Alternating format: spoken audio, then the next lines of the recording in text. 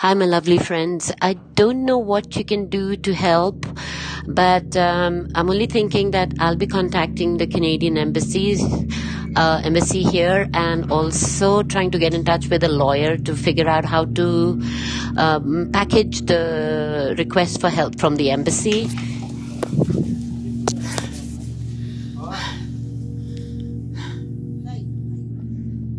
Hi, friends. Just a snippet of the life here.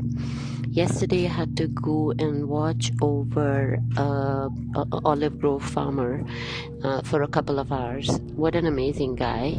He's got one leg and he does all the farming on his crutches. And we still have to watch over him because I guess the settlers don't allow him to farm his own farm. So I stood on top of a mountain watching over anybody approaching, and while he did his job just for a few hours in the morning. And yeah, I just found that amazing that he's doing his own farming on crutches, and yet he's afraid to be caught doing the farming.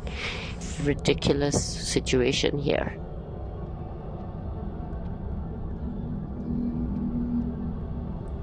So for Friday, September 26th, we spent at controlled military zone where internationals are not supposed to be there. So what they do is drop you off at night after dark, and you run inside the house, and you pretty much stay hidden, and only come out when there is a problem with the settlers. If the settlers come around, it's fine, but if they are going to attack the family, then you intervene and start documenting. But other than that, you just stay inside because technically you're not supposed to be there.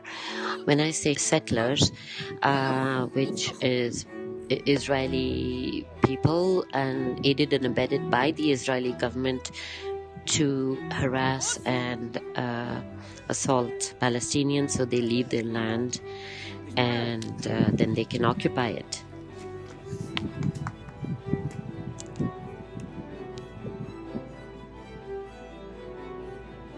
The thing I want to explain about the controlled military zone is that the people living there can live there, but they cannot build.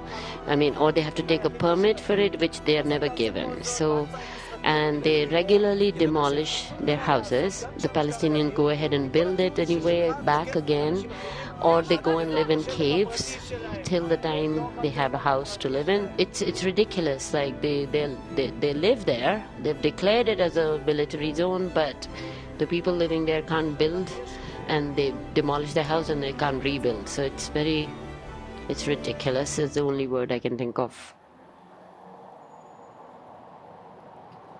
Today is Saturday, 27th September. One incident happened which has been pretty drastic. Me and my buddy went to this place called El Faqih. This is all around Yatta, the city. The area overall is called Masafer Yatta. We reached the host family around 3 p.m. on Saturday, and pretty much instantly we noticed there was a flock of sheep coming towards his place with 8 or 9 shepherds. Generally that should have rung alarm bells to see 8 or 9, because that means they want to come and attack and not just harass but assault Palestinians and terrorize everybody there. They came closer and closer. We did inform our group that this is happening, and then when they were there, we were trying to film them, and instantly I got very scared and very worried, but I had to stay with my buddy, and she kept going into going in towards the flocks and the men, and wouldn't stay back, which is what I would have liked to do. So I was trying to reach her when one of them kicked me hard on my back,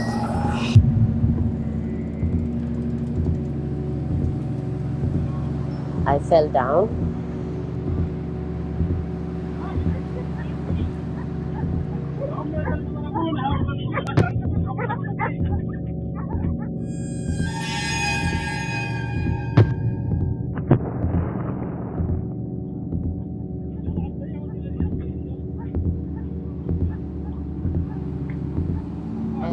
And subsequently they kept harassing and kept trying to knee us so that we'd fall, or kept hitting us with sticks, and they kept crowding us, like surrounding us, 2 or 3 boys constantly, and saying, go back, where are you from, just go back.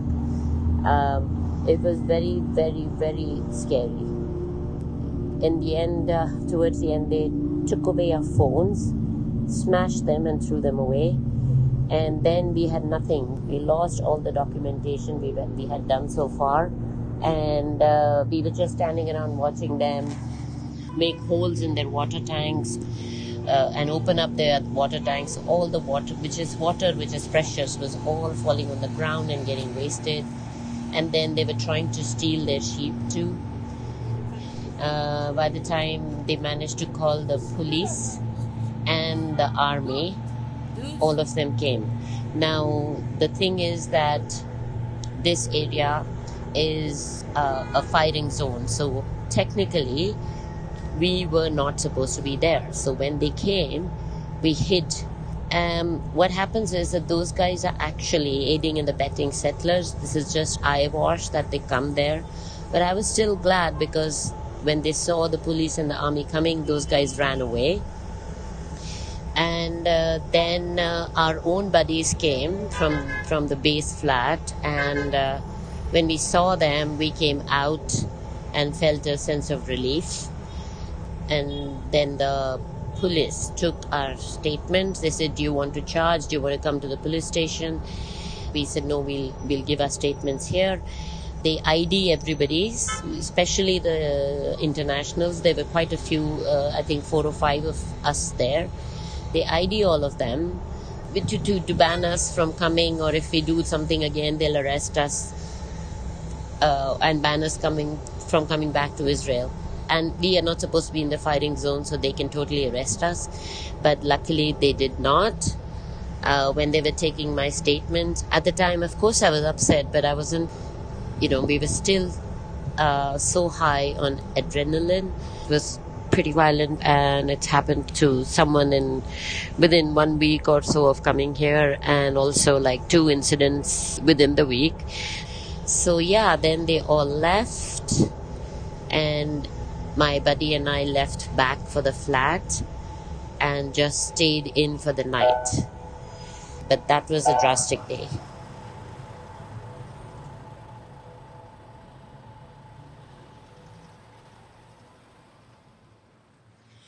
So after sleeping the night in the base flat, the next day, my son was very concerned. It just so happened he was in another place which is way less volatile, so he just said, come here. So anyway, I came here. It was just such a relief to be with him in Hebron in Hebrew, and El Khalil in Palestinian language. Soon after we settled into the flat, we went to the hospital nearby, and it was a very nice experience there when they learned that we are NGO, and they went out of their way to help us.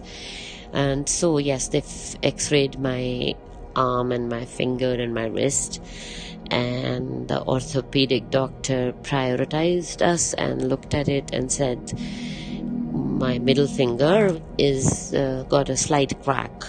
So he said, you have to put it in, he'll cast it in to prevent any further issues with it. But lo and behold, he cast my entire hand all the way up to my elbow. So now my arm is in a sling. Anyway, so then we came back, and they organized a replacement phone for me here, and feeling much, much better. This will heal soon enough, and they said come next Sunday to check, and maybe the cast will come off, which will be a relief.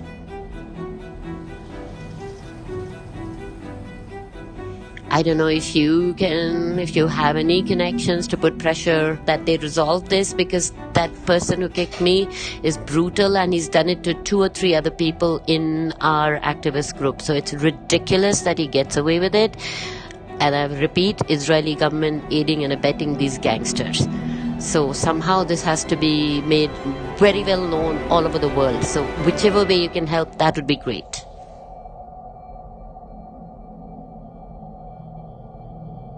Today is Tuesday, September 30th, and I'm just sitting and resting and relaxing, nothing much to do. And also FYI, these earlier voice notes I will send only to you all. At the moment, I do not want to alarm yet. I might have to let them know when I get there. But so yeah, please, if you don't mind, keep that bit to yourself. I hope to see you all after 11th October. I'll be back in Canada. Bye.